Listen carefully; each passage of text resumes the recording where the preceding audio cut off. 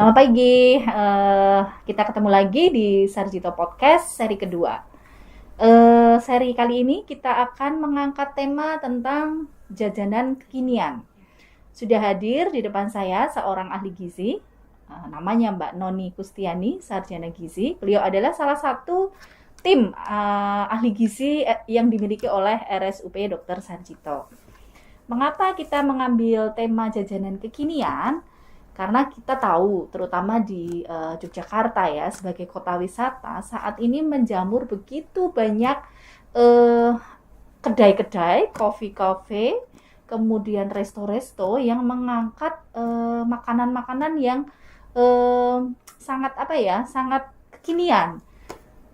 Menarik, secara promosi menarik, secara tampilan menarik, tetapi kita tidak tahu sebenarnya kandungan gizi itu yang terkandung di makanan itu seperti apa, dan kemudian apakah itu baik untuk tubuh kita. Oke, selanjutnya nanti kita akan diskusi tentang jajanan kekinian ini.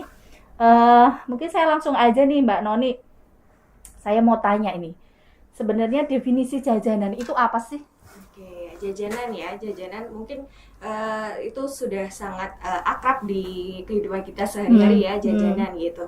Ada yang mendefinisikan jajanan itu ya makanan yang dijajakan oleh penjajah, jadi yang siap saji sudah atau instan gitu ya, kita bisa beli itu jajanan. Tetapi mungkin ada yang lebih mengkhususkan lagi, jajanan itu adalah sebagai selingan atau makanan snack gitu ya. Jadi snack itu adalah makanan yang kita konsumsi 2-3 jam di antara waktu makan, setelah makan utama gitu ya. Gitu. Kemudian jajanan itu seperti apa? Maksudnya manis, gurih, atau bisa macam-macam gitu? Itu dia, jajanan itu ada banyak jenisnya ya. Dari bentuknya mungkin ada yang minuman, ada yang makanan gitu. Terus dari sifat-sifatnya mungkin tadi ada yang asin gitu ya, atau savory gitu, atau ada yang manis, sweet gitu. Jajanan manis misalnya ya minuman itu sendiri, ada boba segala macam, cheese tea, Thai tea, kopi. Kemudian mungkin dessert, cookies. Kalau yang asin mungkin ada dimsum, kudapan-kudapan kayak seblak gitu ya, yang mungkin lagi hits gitu ya, dengan berbagai macam bumbu dan rasa-rasa, saus gitu kan, topping yang warna-warni gitu kan, menarik ya. Menarik sekali. Oke, kemudian kenapa sih orang tuh jajan gitu lah? Daya tariknya tuh apa gitu loh? Kok orang tuh kok pingin jajan ketika melihat tampilan makanan yang begitu, kok pasti loh ini secara otomatis orang tuh aku pengen makan gitu, pengen beli gitu kan. Nah itu kenapa ya orang tertarik itu? Pertama memang butuh ya, jadi karena tadi namanya kita snack, selingan, makan selingan gitu di antara waktu makan yang utama, karena memang juga sistem pencernaan tubuh kita setelah 2 jam 3 jam lambung mulai kosong, mulai ada rasa lapar. Nah itulah kebutuhannya ada di situ. Dan mungkin kalau dari segi gizi dalam satu hari kan mungkin kebutuhan rata-rata orang dewasa sekitar 2000-an kalori lah ya. Itu kalau misalnya kita cuman makan utama aja di 3 waktu makan mungkin tidak akan terpenuhi. Jadi itu juga kebutuhan untuk memenuhi kebutuhan energi selama sehari. Kemudian ada waktu selingan itu, dan juga karena memang ada rasa lapar. Oke, berarti nggak apa-apa ya, artinya kita ngemil di sela-sela itu memang itu wajar gitu ya. Kita merasa lapar di sela-sela ini dan kita ngemil itu it's okay gitu ya. Iya, itu memang pertama kebutuhan ya, kebutuhan tubuh ya. Iya, yang kedua ya tadi memang lingkungannya mungkin ya, kayak tadi yang Mbak Agatha bilang di Jogja ini tempat wisata gitu kan, kemudian banyak orang yang mau berinovasi membuat makanan yang untuk menarik wisata juga. Kita juga kota pelajar ya kan, anak-anak sekolah itu juga identik dengan jajan mahasiswa. Iya, keluar dari sekolah aja jajanan udah banyak banget ya. Atau tempat kerja mungkin ya, lingkungan tempat kerja, jadinya teman-teman mungkin sebenarnya nggak butuh jajan atau udah bawa jajan, tapi ada temennya yang ngajak jajan. Kemudian jadi beli jajan gitu ya. Godaan ya. Kemudian media sosial juga berpengaruh kan ya. Sekarang yang memang sekali post banyak yang lihat gitu kan. Kemudian banyak yang melihat, banyak yang mengikuti, banyak yang kemudian beli gitu ya, sesuatu yang menarik gitu kan. Itu kemarin nyobain ini gitu ya.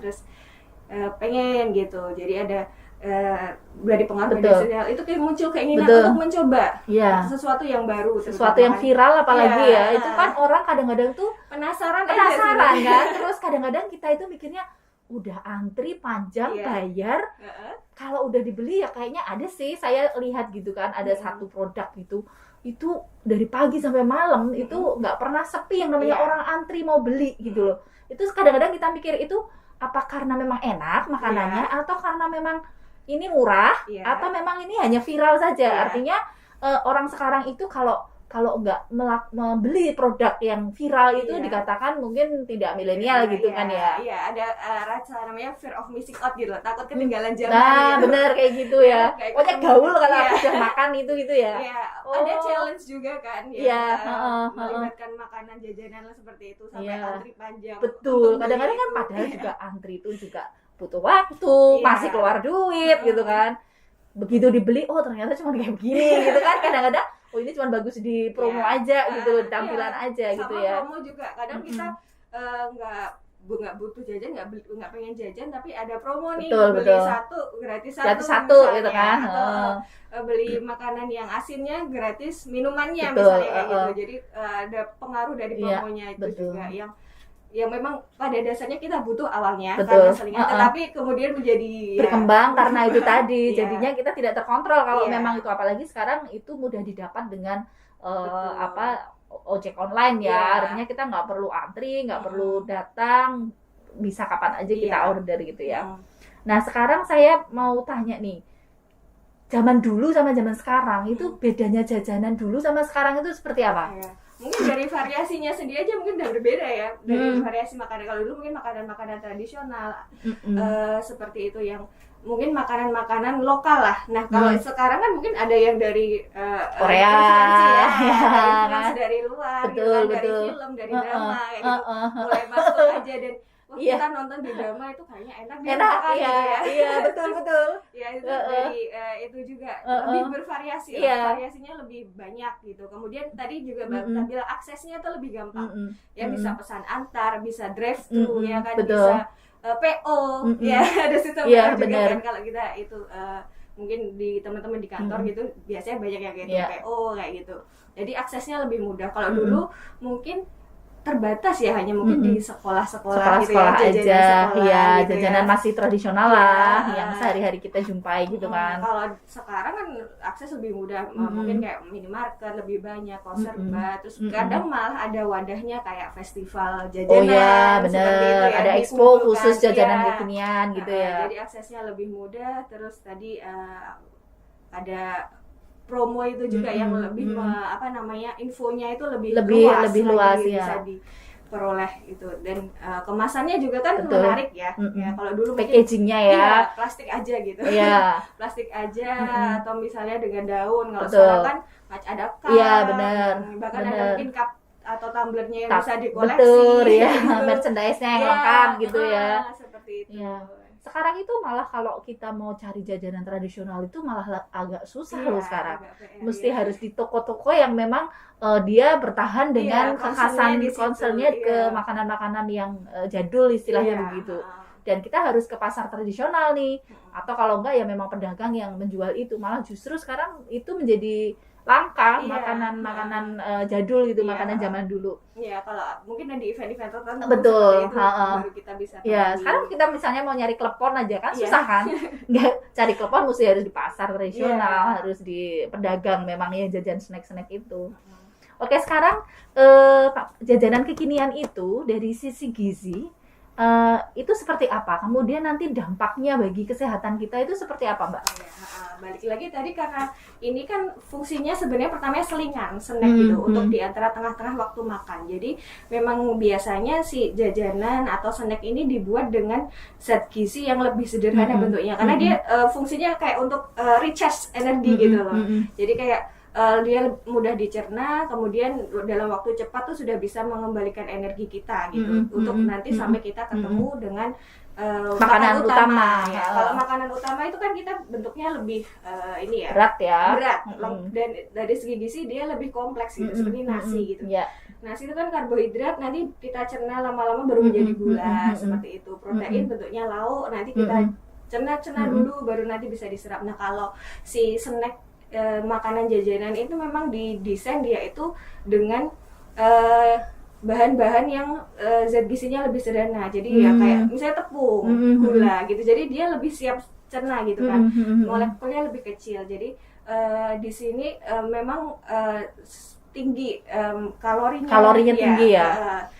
Terus habis itu ada gulanya juga. Gulanya dan bentuknya itu sederhana karena memang harus siap untuk dicerna untuk memberikan energi langsung. Kemudian dari bumbu-bumbunya kan akan tinggi garam, kemudian ada lemak juga karena memang didesain untuk dia padat zat gizi tapi kecil dan langsung bisa dicerna.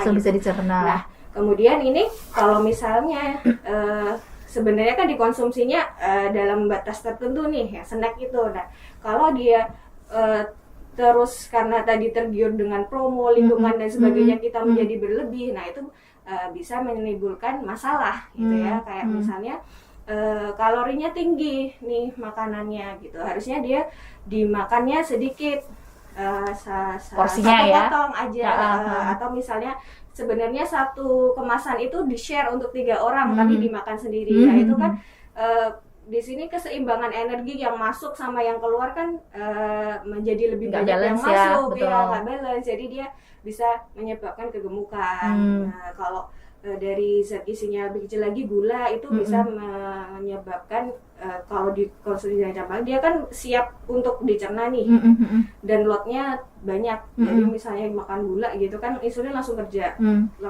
terus. Nah, lama-lama kalau ada penurunan kerjanya insulin ini ada bisa terjadi diabetes gitu. Kalau makanan jajanan yang tinggi natrium itu nanti garam bisa, ya, tinggi garam ya, asin gitu ya. Itu bisa meningkatkan resiko hipertensi. Ya. Kemudian tinggi lemak itu nanti bisa menyebabkan penyakit kolesterol ya, kolesterolnya tinggi, penyakit jantung ya, penyumbatan pembuluh darah dan sebagainya. Dalam jangka panjang dan jika dikonsumsi dengan tidak bijak mungkin bisa menyebabkan masalah-masalah kesehatan tersebut.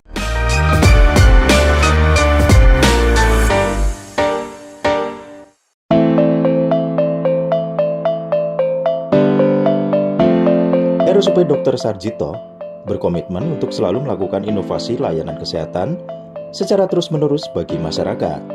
Salah satunya adalah inovasi layanan dalam bidang pengobatan tradisional komplementer. Dengan kearifan lokal, RSUP Dr. Sarjito mengembangkan layanan tradisional komplementer dengan nama Polikalimosodo. Polikalimosodo terdiri dari 3 layanan, yaitu adalah klinik herbal, klinik akupuntur medis, dan terapi akupresur. Sebagai salah satu alternatif layanan kesehatan berbasis pengobatan herbal, klinik herbal dapat menjadi salah satu pilihan tepat bagi masyarakat. Pijat bugar dengan teknik akupresur diberikan oleh terapis khusus yang telah terlatih dan tersertifikasi. Dengan sentuhan nuansa tradisional Jawa, akan menambah kenyamanan Anda.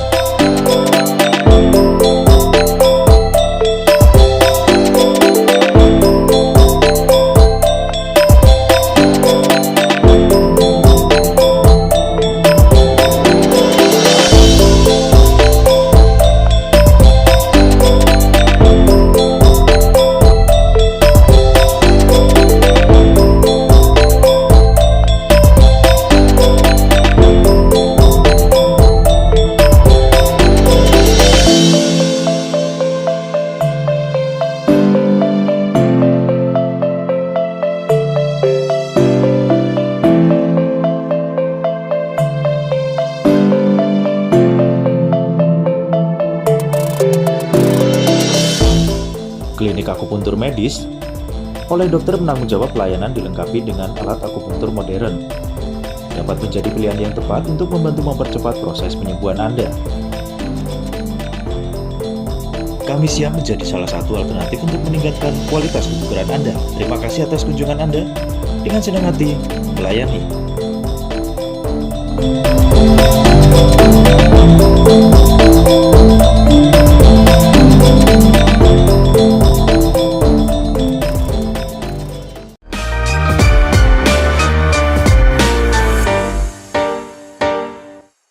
Oke, sekarang tipsnya apa sih supaya kita itu memilih jajanan yang bervariasi dan menarik itu supaya tetap aman untuk kita konsumsi? Ya, itu ya. Jajanan makanan selingan itu tadi untuk memenuhi kebutuhan kita ya. Tapi seberapa gitu ya kira-kira. Kalau orang dewasa itu kebutuhannya sekitar 2000-an kalori lah. Kalau laki-laki 2600, 2500 gitu ya. Perempuan sekitar 2200. Nah, snack itu seberapa? Itu sekitar 10%. Jadi kan kalau kita membagi waktu makannya 3 kali makan utama, 2 kali selingan gitu ya. Makan utama itu sekitar 25 sampai 30%. Nah, si snack ini 10% bisa 2 kali atau sekitar 200 kalorian lah setiap kali makan. Nah, itu seberapa coba ya? Kalau misalnya kita mau hitung-hitung kira-kiranya itu sajiannya 200 kalori itu seberapa? Itu adalah mungkin sekitar 1 potong gorengan kemudian dengan 1 teh manis. Itu aja. Itu aja. Nah, padahal gorengan biasanya nggak cukup 1, ada tahu isi, ada mendoan, ada pisang, dengan 4 lah. Teh manis gitu ya. Berarti itu sudah berlebihan ya. Harusnya cuma cukup 1 jenis makanan aja. Nah, itu adalah contohnya seperti itu. Atau misalnya dengan biskuit mungkin sekitar diganti kalau bukan gorengan ya bisa 3-4 keping biskuit dengan minuman manis itu tadi ya. Jadi maksimal berapa kalori tadi sekali kita konsumsi? Sekitar 200-an kalori, 200-250 kalau cowok lah ya gitu. Sekitar 200-250 itu adalah sajiannya sekitar seperti itu. Nah, mungkin kita bisa merecall sendiri ya. Kebiasaan pagi saya udah snacknya apa aja nih ya. Gitu. Oke. Ya, itu adalah yang kita butuhkan. Nah, yang kalau lapar mata atau makan promo itu kan nanti beda lagi. Ada churros, ada burger. Mungkin 1 kemasan minuman aja mungkin kalau yang kita beli itu dari dalam 1 cup itu udah bisa kalorinya itu sebenarnya seperti makan utama gitu ya. Iya benar. Nah, itu yang kelebihan, itulah yang harus kita perhatikan porsinya. Oke. Gitu. Terus kalau misalnya kita beli makanan kemasan, itu kan ada food labelnya ya, itu ada informasi gizi. Itu teman-teman coba baca atau perhatikan. Mungkin 1 bungkus itu tuh sebenarnya sajiannya bukan untuk 1 orang. Dan sekali habis gitu kan ya. Ya, harusnya kita share ke menjadi 3 atau 4 orang seperti itu. Jadi diperhatikan porsinya, kemudian label dari makanan. Kemudian kalau pesan minuman mungkin bisa pesan yang setengah gulanya, less sugar ya. Jadi kan sebenarnya kalau less sugar itu dia dikurangi 25%, 1/4 takaran. Jadi masih 3/4 takaran aslinya. Masih kalau tinggi half kalori itu setengahnya. Iya. Nah, masalahnya yang normal sugarnya itu masing-masing produk ya. Beda-beda. Masing-masing produk, masing-masing store itu punya resepnya sendiri yang kita nggak tahu. Kalau kita beli yang kemasan kan ada tulisannya tuh berapa gula gitu. Batasannya itu kan tadi yang snack itu tingginya di gula, garam, minyak gitu. Batasannya sehari itu konsumsi gula kita itu adalah sekitar rumusnya 415 GGL, 415 gula, 4 sendok makan sehari. G-nya lagi garamnya itu 1 sendok teh sehari. Ya, lemak itu 5 sendok makan sehari. Ya. Jadi itu termasuk kebutuhan sehari ya, total ya. Iya. Tapi kan kemungkinan kalau makanan lengkap kan memang nggak ada gula sederhananya. Iya. Tapi mungkin Jogja itu kayak buat bumbu aja nyolok gitu kan. Ya mungkin itu udah bisa kita kurangi lah dari 1. Jadi kita masih punya 3 sendok slot nih atau sekitar kalau digramkan sekitar ya 40-an gram lah. Nah, itu nanti kalau di kemasannya ada tulisannya, kita bisa menghitung-hitung lah kira-kira berapa gitu yang harus kita konsumsi. Jadi kita perhatikan label, kemudian bisa pesan yang less sugar atau half sugar atau mungkin no sugar bisa. Misalnya nih kita yang itu minuman-minuman nggak nyebutin merek ya, artinya yang ada isinya, toppingnya segala macam, itu kan sudah full kalori ya banyak. Masih perlu snack nggak?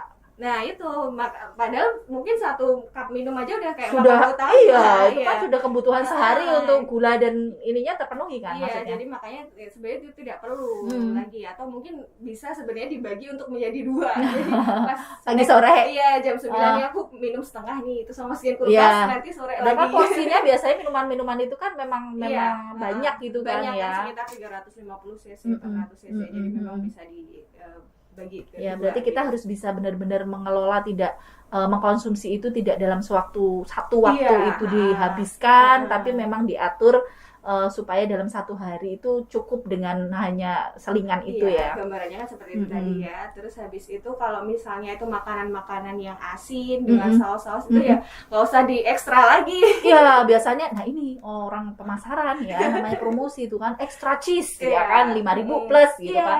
Ekstra saus Korea gitu kan. Nah, orang kan wah kayaknya enak nih ditambahin. Iya. Ternyata itu anu ya. Nah, itu ada Nambah resiko lagi ya. di baliknya Ah, gitu ya. Jadi iya, nggak iya, usah iya. di ekstra-ekstra lagi. Hmm. Kalau memang maksudnya ya udah cukup Dengan itunya originalnya aja Iya. seperti apa gitu ya. Tidak perlu di ekstra-ekstra lagi. Oke Mbak, berarti itu tadi ya, kita harus benar-benar mempertimbangkan dulu ya dari tawaran-tawaran promosi itu, kecukupan yang kita butuhkan itu jangan sampai kita lapar mata terus belinya berlebihan dan akhirnya tidak baik bagi tubuh. Nah kemudian nih kita harus milih jajanan kekinian yang seperti apa nih yang kira-kira bentuk pengolahannya itu aman buat kita. Iya, itu kan tadi dari gula sama minyak udah ya, gula sama garam Garam, udah tipsnya. Jangan ekstra saus, bisa pesen yang less sugar atau high sugar atau no sugar added. Kita bisa tambahkan sendiri sesuai takaran kita tadi. Atau kalau dari minyaknya nih cara nguranginnya, kita mungkin lebih bisa bijak dalam memilih makanan yang dikukus atau direbus atau dipanggang gitu ya. Dipanggang lebih sama enaknya gitu. Tapi nggak dipanggang sama mentega banyak juga kan. Butter yang berlebihan juga sama aja gitu ya. Sama aja. Apalagi roti dipanggang itu akan menyerapnya banyak banget. Gitu. Ya. Tepung-tepungan Goreng dan digoreng itu dia akan nyerapnya banyak banget minyaknya. Hmm. Karena nanti praktikalnya dia lebih sederhana ya, lebih ya lebih sederhana daripada kalau nasi atau ubi gitu kan kompleks besar bentuknya. Kalau dia tuh lebih kecil-kecil jadi lebih banyak yang terserap. Iya. Jadi ya lebih baik pilih makanan yang seperti itu.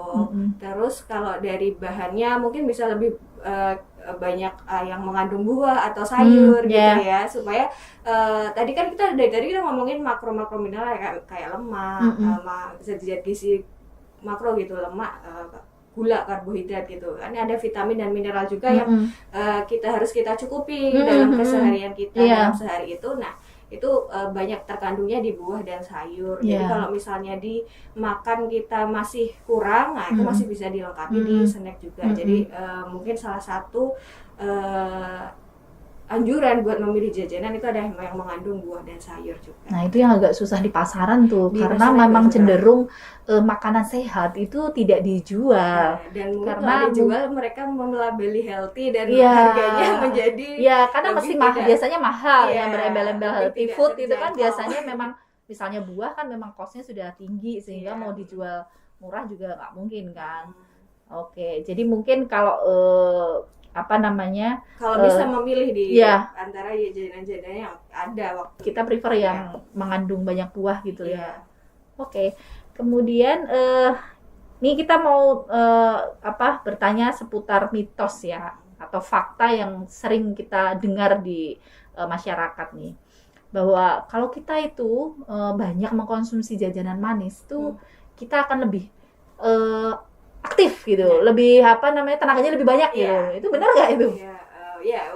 Ada orang yang makan manis tuh kayak jadi lebih mood gitu ya. Benar-benar. Lebih semangat. Sebenarnya kalau dari penelitian tuh nggak mempengaruhi ya. Jadi, nggak ada ya? Iya, tidak, maksudnya tidak konsisten pada semua orang gitu ya. Oke. Jadi kayak masing-masing orang kan mungkin punya kesukaan masing-masing. Betul. Ya kalau memang dia comfort foodnya atau makanan favoritnya manis dan itu mungkin dia akan ada pengaruhnya. Tapi kalau misalnya dia nggak suka manis ya sama aja gitu kan. Nah itu sebenarnya Mm-mm. kalau untuk mood itu. Nah Mm-mm.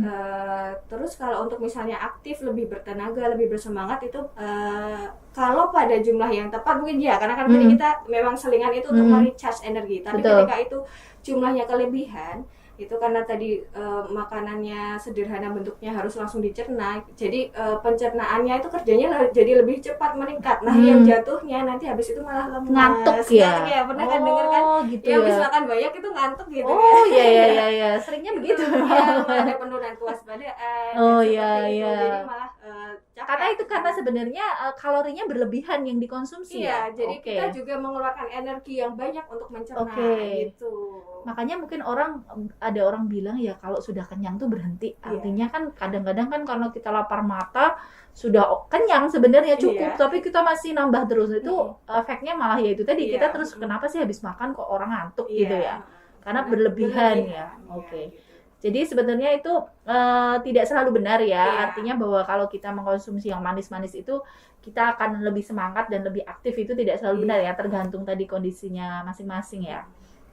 Nah, kalau garam, kita makan garam. Kalau kebanyakan tuh bikin gemuk, itu bener nggak itu? Dulu ada tren ya, diet yang mengurangi diet garam, ya tanpa garam gitu kan. Karena garam itu menyebabkan gemuk gitu.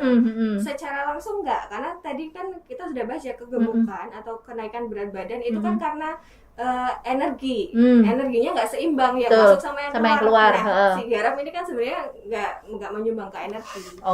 Jadi secara langsung itu enggak. Tapi makanan-makanan yang asin yang mengandung tinggi garam itu biasanya juga melekat ke makanan-makanan yang kalorinya tinggi, yang gulanya tinggi, sehingga itu. Dan kalau makan yang asin itu kan kayak nagih gitu. Nagih, bener kan, asin apalagi ada pedesnya gitu kan ya, waduh nggak bisa berhenti nih. Nah itu yang menyebabkan jadi banyak yang dan secara kalorinya itu banyak, sehingga tadi berlebih, maka berat badannya naik dan gemuk, lebih ke arah situ sih. Karena memang yang dikonsumsi jadi over ya, itu ya. Oke, nah kalau kita makanan-makanan kekinian itu kan kita nggak tahu bahannya apa aja sih sebenarnya yang bikin gurih, yang bikin nagih itu. Biasanya kalau makanan-makanan begitu kan memang supaya laku, enak itu kan ada tambahan MSG nih. Nah itu bener nggak sih kalau kita itu kebanyakan makanan yang mengandung MSG itu kita jadi pusing, kemudian mual, terus kadang-kadang nyeri, itu bener nggak itu? Itu juga nggak konsisten reaksinya pada orang, beda-beda. Jadi mungkin yang sensitif memang seperti itu ya, ada merasakan seperti itu. Tapi yang nggak sensitif mungkin nggak ada masalah ya. Dulu ada yang sebut namanya Chinese Restaurant Syndrome ya itu. Tapi ya itu masih jadi perdebatan sih sebenarnya, itu secara medis memang ada ataukah ya itu tadi hanya kayak reaksi sensitivitas masing-masing orang aja. Gitu. Jadi orang yang misalnya dia tidak terbiasa makanan dengan mengandung MSG, tiba-tiba dia makan dengan makanan yang mengandung MSG, mungkin dia akan bisa merasakan dan dia akan merasakan sensasinya. Tapi mungkin orang yang sudah terbiasa dengan makanan mengandung MSG, artinya itu tidak signifikan ya efeknya ya. Tidak di orang tertentu nggak masalah, mungkin di orang itu juga berefek, dan biasanya juga cepat juga, bukan yang sampai berkepanjangan sampai mempengaruhi kesehatan, sampai berlama-lama nyerinya berhari-hari gitu, nggak juga ya. Itu biasanya gimana nih, misalnya kita kecentok makanan yang gitu, terus kita biar menghilangkan itu banyak minum air putih atau apa? Ini minum aja, terus habis itu ya mungkin kalau yang tadi kita makan baru sedikit ya udah langsung kita stop aja gitu ya. Ternyata memang efeknya langsung tubuh kita sensitif ya. Oke Mbak Noni, misalnya nih Mbak Noni, ini kalau Sobat Sehat Sarjito nih pingin konsultasi lebih lanjut nih tentang